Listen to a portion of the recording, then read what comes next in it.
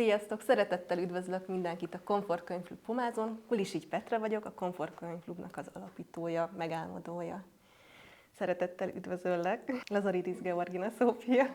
Igen, beszéltünk róla, hogy szólítsál, mert ugye igen. Két nevem van, de igazából ki minek nevez, az vagyok annak. Szóval abszolút sokan sokfélén. De jó, a Georgina megteszi, köszönöm. A te könyved volt a márciusi közös könyvünk, és nagyon-nagyon sok pozitív visszajelzést kaptam róla. Azt hiszem velem együtt, és a többiek nevében is elmondhatom, hogy megváltoztatta az életünket, megváltoztatta a hozzáállásunkat a traumáinkról, a tetteinkről, a nőiségünkről. Milyen érzés ez számodra? Hát ezt én mindig nagyon megkönnyezem, próbálok nem elérzékenyülni amúgy így előttetek, nagyon sokat sírok, még most a kocsiba is sírtam, amikor így ez eszembe jutott, de ezek szerintem nagyon-nagyon jó dolgok, meg így nekünk nőként szerintem ezt nagyon, meg hát a férfiaknak is nagyon-nagyon gyakorolni kéne a sírást, az, hogy szabadjára engedjük. És hát nekem ez ilyen érzés, hogy én tényleg ezért írtam. Én alapvetően ugye nőkkel foglalkozom most már 6,5 éve, és az volt így az érzés bennem, meg kicsit olyan volt, mint hogyha így a kollektív női tudattalan vagy tudatos kérte volna azt, hogy legyen egy olyan regény, amiben ennyi minden szépséget, mélységet, fájdalmat, érzést összefoglalok a nőkről, és hát ezért írtam igazából. Ezek tudom, hogy nagy szavak, de ilyen céllal írtam, igen. Mi volt az a pont? Hogyan jött az ötlet, hogy neked regényt kell írni? Igen, hát ilyen pont nem volt egy. Ez így összefonódott igazából ez az egész. Azzal, hogy ugye én egyéniben is már foglalkoztam nőkkel, meg egyébként én oktatok, termékenységtudattanfolyam, ciklus szinkron applikációnk is van. Szóval én teljesen minden, ami a nőknek a testtudatossága, én ezzel foglalkozok most már tényleg évek óta, és volt egy olyan pont, ami ugye a belsején is van a könyvnek, hogy egyszerűen azt éreztem, hogy a fizikai sík az nem elég, tehát az nem lehet 100%. Én már előtt egyébként rengetegszer voltam pszichológus, kineziológus, tényleg rengetegféle önismereti módszert 2017-től elkezdtem, de ez volt az a pont, és egyébként történt egy nagyon-nagyon nehéz magánéleti dolog is 2022 nyarán nekem, és akkor ez így egybe, ami a nőiességemet nagyon megviselte, egybe így összefort, és akkor elkezdtem járni végül családállításokra, olyan folyamatos útra, ami előtte csak ilyen egy-egy, néha, mit tudom én, 3 hónapban egy olvasók, aztán megint 3 hónapban egy, és utána ez folyamatossá vált. És ez hozta meg azt az érzést, hogy ezt muszáj terjeszteni, hogy nem feltétlenül csak a családállítást, hanem azt, hogy a fizikai sík mellett van egy lelki, spirituális, mindegy, nevezzük úgy, ahogy egy önismereti rész, ami nagyon-nagyon szükséges, és nem mellesleg a klienseimet nagyon sokszor elküldtem, nem csak a könyvben szereplő Amanda Angélához, hanem a lakhelyüknek megfelelően, és hát nagyon-nagyon sokszor hozott el nagyon olyan változást, amit a fizikai síkon nem feltétlen tudtunk mindig elérni, és ezért most már tényleg én azt vallom, hogy ez 50-50%-ban működik. Tehát én ezt most már tudom, tehát ez az én nézőpontom, és tök érdekes, mert onnantól kezdve, hogy ez lett a nézőpontom, elkezdtek körén például ilyen orvosok is gyűlni. Tehát, hogy most már, pont ma is délelőtt volt egy ilyen megbeszélésen, hogy egyszerűen holciklusokról beszél egy endokrinológus nőgyógyász, és elmondja azt, amit leírok a könyvbe, hogy amikor már fogy a hold, akkor egyre több nő jön az, egyébként Balassagyarmaton is szülész, hogy ő ezt megfigyelte. Mondom, ez szenzációs. Úgyhogy ezért jött az ötlet, így összefonódott a fizikai és ez a tudattalan, nem megfogható rész, hogy ezt a kettőt én valahogy szeretném ötvözni, hogy nem csak a test test van, és nem csak azzal kell dolgoznunk. Igen, egyébként ehhez csak azt szeretném hozzáfűzni, hogy beszéltem klinikai pszichiáterekkel, és döbbenetes, hogy ők ugye a tudomány emberei, és a pszichiáterű már, hát most már egy ilyen 50-40 éve a szakmában van, tehát nem most kezdte, és ő is ugyanarra lyukadt ki, mint te a könyvedbe, hogy habár még nincs tudományos bizonyíték a családállításra, de egyszerűen létezik ez. Akkor az akasha tudatba abszolút hiszel. Igen, ugye Igen. könyvben.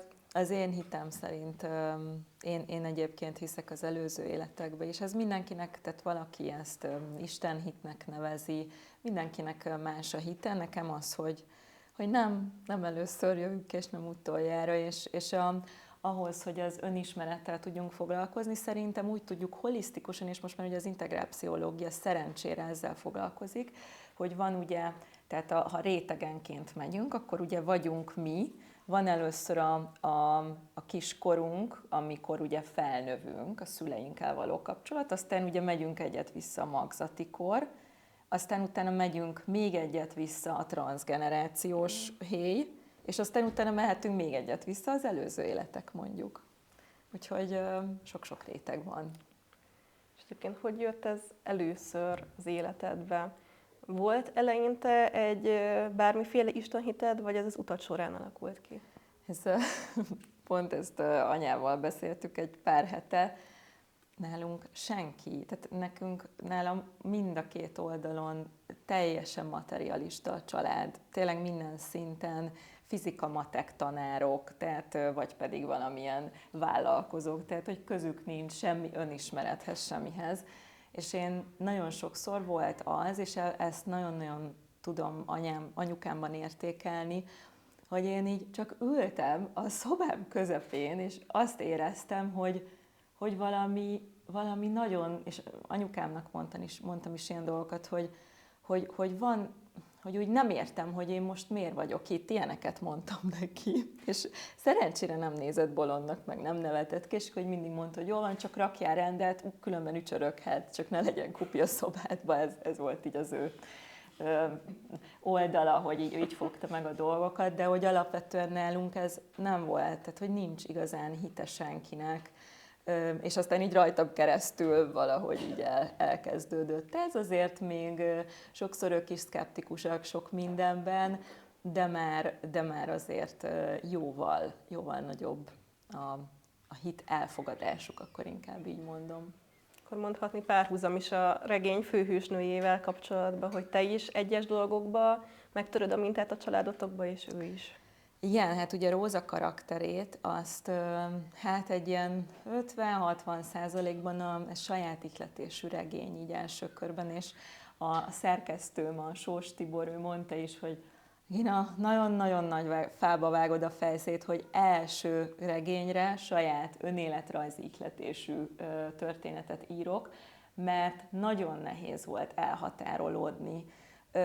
Nagyon nehéz volt bántani a főhősöket, mert ugye én nem is tudtam, én elolvastam a szerkesztés folyamata alatt például, nem akarok spoilerezni, mindenki olvasta a regényt. Igen. Van olyan, aki nem, és még akarja?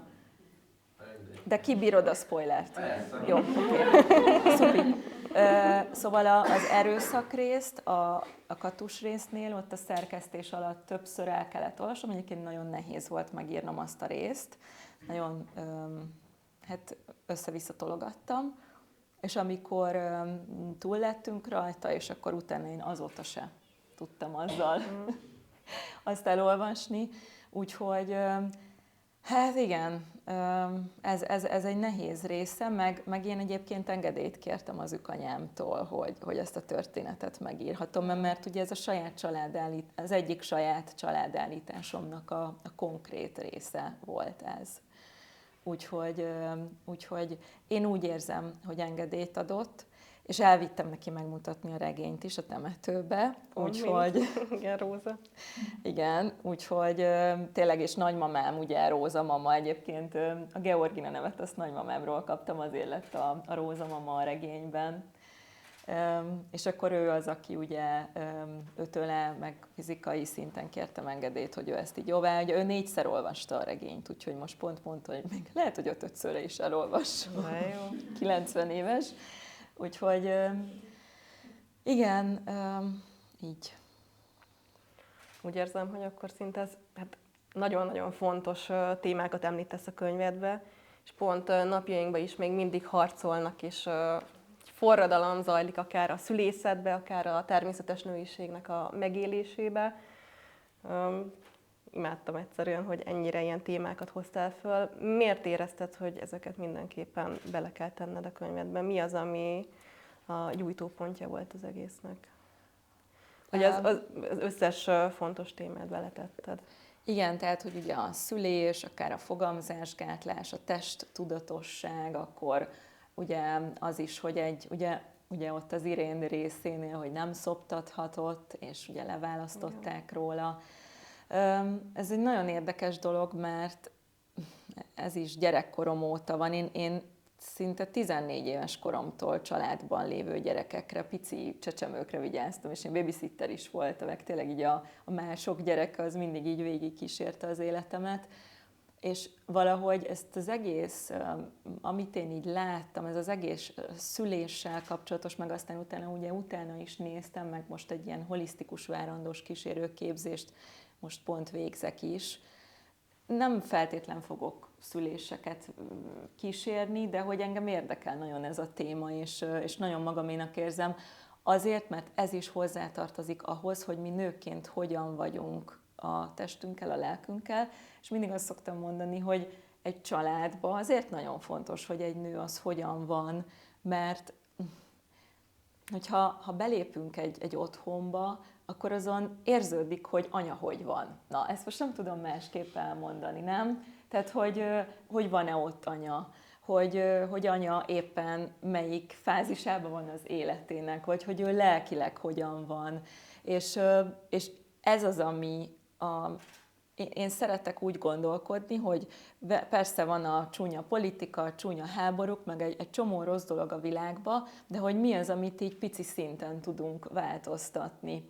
És én azt gondolom, hogy ott kezdődik a családon belül az anya-gyerek viszonynál, és egyébként már a szülésnél, mert ha a szülés erőszakos, akkor az már igazából egy nőnek elveszi azt a jogát is, hogy ő teremt. Tehát ugye ez ugye a patriarkális rendszer. Nem akarok most ilyen nagyon-nagyon nagy szavakat puffogtatni, de én azt gondolom, hogy nem feltétlenül nőbarát és olyan rendszerben élünk, ez a patriarkális rendszer, ami ugye megmondja a nőnek, hogy intézi, tehát hogy intézményesített lett teljesen a szülés.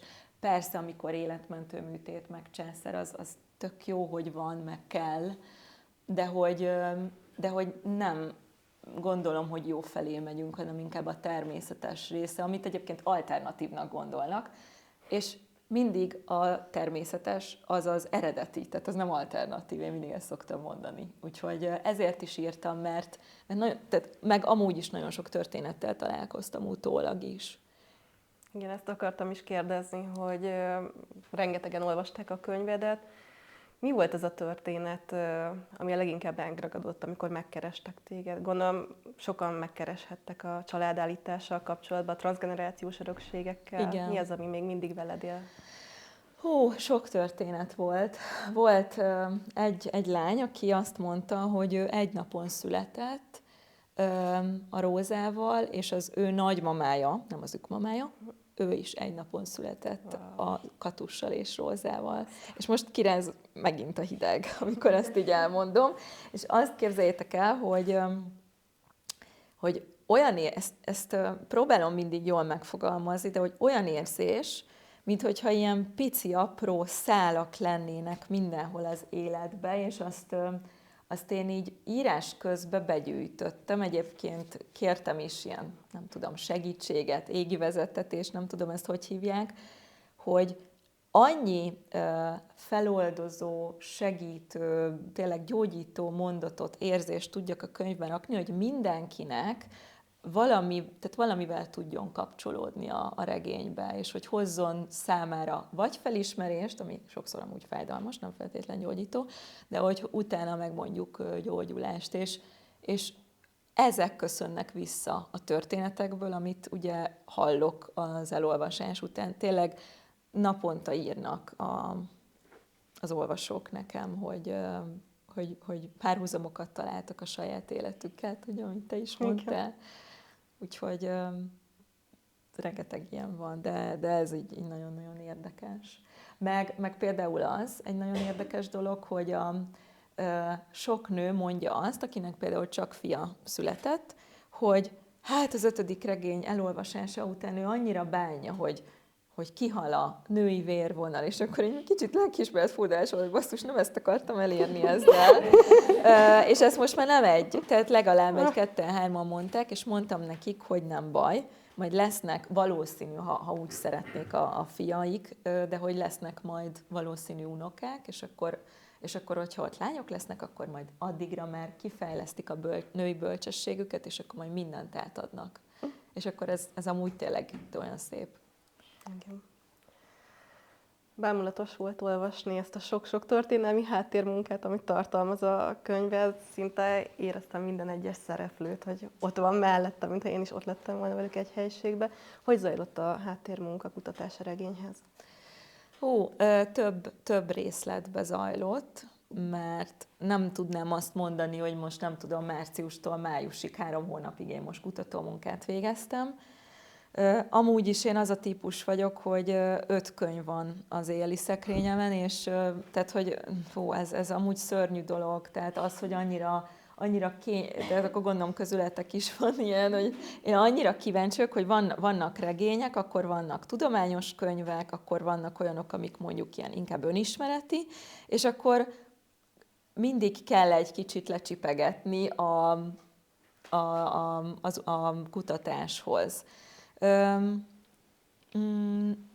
Sok helyen jártam, leginkább ugye Budapesten, akár a könyvtárban megnéztem az 1916-os térképeket, akkor tényleg az utcákat végigjártam, akkor utána néztem a cím és névjegyzékbe, akkor például a Sarolta doktornő, ő neki tényleg az volt a telefonszáma, és tényleg ott lakott, amit írtam. Tehát ezekre nagyon-nagyon figyelek, mert amúgy én olyan vagyok, hogy én tuti legugliznám, hogyha én egy ilyet olvasnék. Nem tudom, hogy valaki leguglizte, de én biztos, hogy leguglizom az utolsó ilyet is. És hogyha már látom, hogy ez történelmileg, mert ez tényleg így volt, akkor ad még egy olyan időutazós érzetet, meg egy olyan, hogy úgy jól bele lehet úgy simulni a történetbe. Úgyhogy, és ugye a Vilma doktorasszony szerettem volna valahogy beleírni, de végül is ugye csak a Róza olvasta, és ugye az a kedvenc, hát nekem is az volt a kedvenc regényem, és hogy ugye a Sarolta volt az, aki az első tényleg aztán elvégezte. Ez is egy ilyen nagyon nagy témám volt, ilyen tényleg amikor ezeket a csikos-pöttyös könyveket elkezdte, lehet, hogy már 11 évesen is elkezdtem azt olvasni azokat, és akkor ez nagyon nagy témám volt, hogy úristen, volt itt olyan nő, aki nem tanulhatott, vagy nem dolgozhatott, ez hogy lehet? És bár ott amúgy ilyen megszállottja voltam ennek a témának, és tehát igen, amúgy is nagyon érdekel a nőtörténet. És voltak az írás közben elakadásaid esetleg? Biztos, hogy voltak. Voltak a bántalmazós részeknél, Rózának a bántalmazós részénél, azok ott nem minden úgy, ahogy leírtam, de sok minden megtörtént velem. És azt nem tudtam, hogy írjam le, ez nehéz volt. Nagyon nehéz volt, pedig már évek munkája volt abba. Tehát, hogy a szerkesztő is, ugye mikor átbeszéltük ezt az akkor mondta, hogy úgy ne írj regényt, hogy kiírod magadból a fájdalmat, hanem úgy jó írni, hogyha már fel van dolgozva. Ugye sokan írnak úgy, hogy feldolgozzák a fájdalmukat,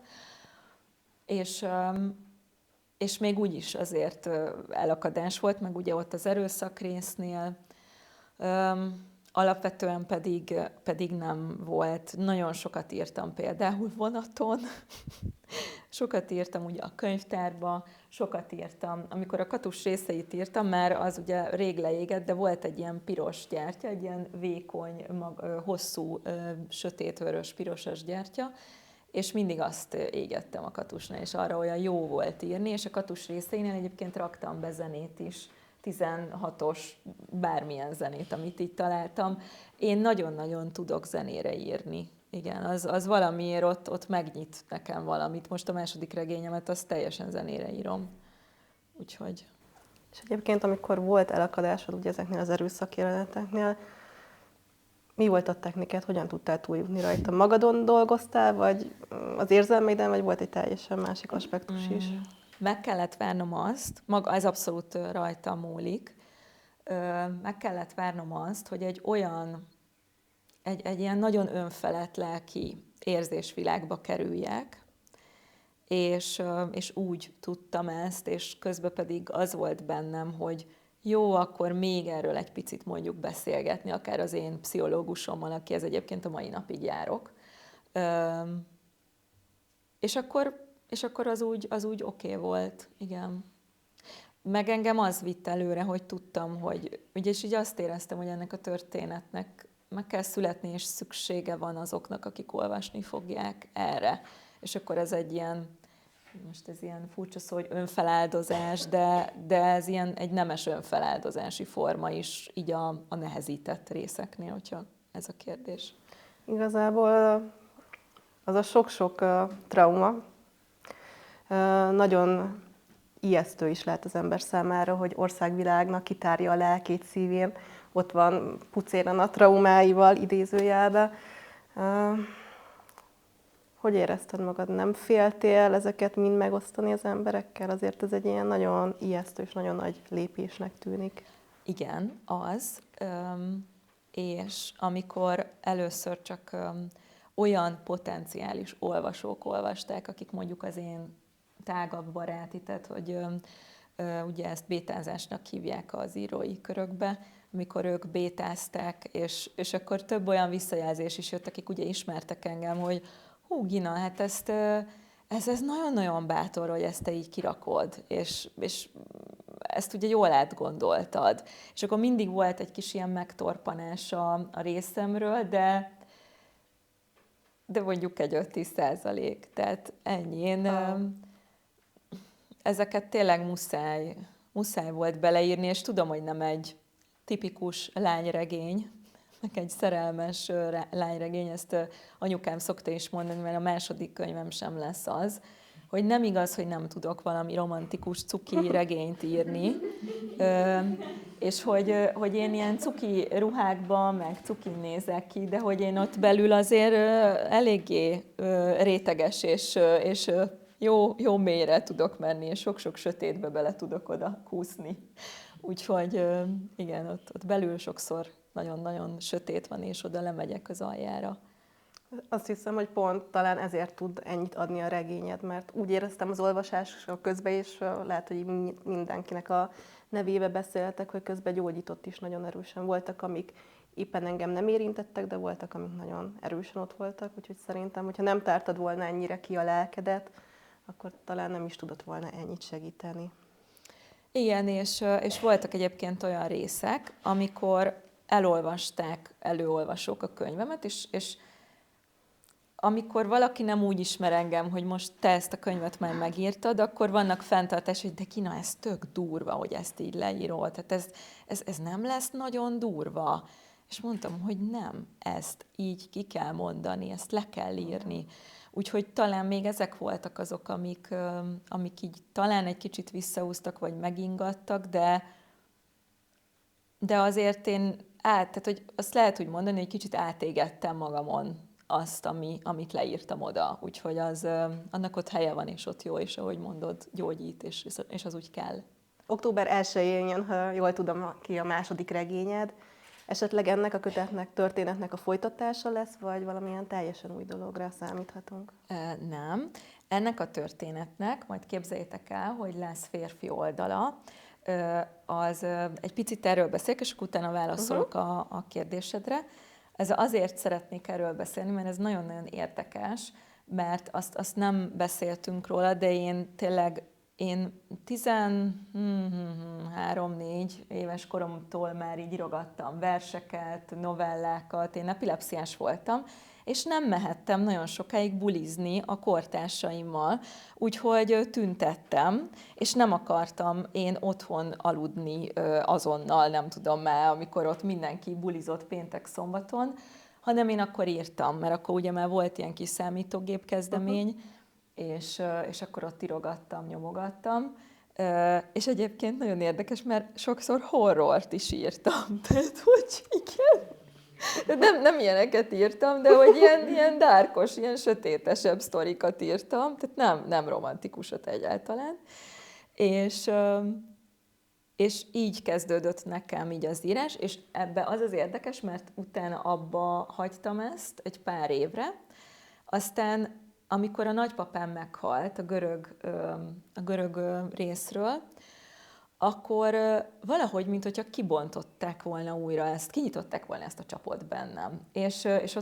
És megírtam ott egy novellát, aminek az lett a címe, ami ennek a férfi oldalának a címe lesz. És most nem mondom el,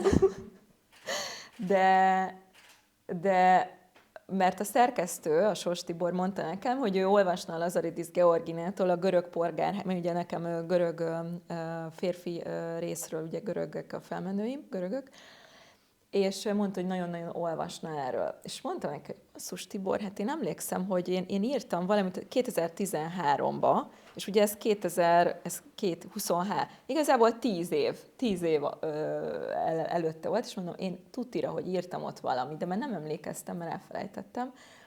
És visszakerestem ilyen régi lementett doksik között, és ott volt ez a novella, elküldtem neki, ott volt a címe, és azt mondta, hogy ez így, ahogy van, kezdődjön így. Wow. Úgyhogy azt sem véletlen írtam. Úgyhogy az majd én úgy tervezem, hogy így jövőre kezdem el írni. Most szeretnék, ha októberben kijön a második regényem, akkor egy picikét hát így pihenni, meg élni egy kicsit több magánéletet. és azt így 26-ba tervezem megírni. Az egyébként a Rózának ugye az apai ága lesz, és ott hát az 3 idősíkon fog játszódni, mert már azért írom a vázlatokat, meg tehát úgy mindig jár a kis agyam. Az egy nagyon-nagyon érdekes dolog lesz, mert ott lesz benne több csavar is, ami utólag derült ki, mert mindegy, ez maradjon titok, de nagyon érdekes lesz szerintem. És akkor a második regényem, az pedig egy teljesen más történet lesz. Az is nagyon női történet, nagyon lelki, és hát ha úgy mondhatom, akkor eléggé spirituális, bemutat ő is, az is egy önismereti eszközt. Hát még mit mondhatok el róla? 2 idősíkon fog játszódni, de az nem így lesz, hogy párhuzamosan, hanem először lesz a 17. századi idősík 1666-ba, és akkor lesz a következő idősík, és az 2 egymást követő történet, tehát nem ilyen ugrálós, és a jelen idősíkja az meg 1989-ben fog játszódni.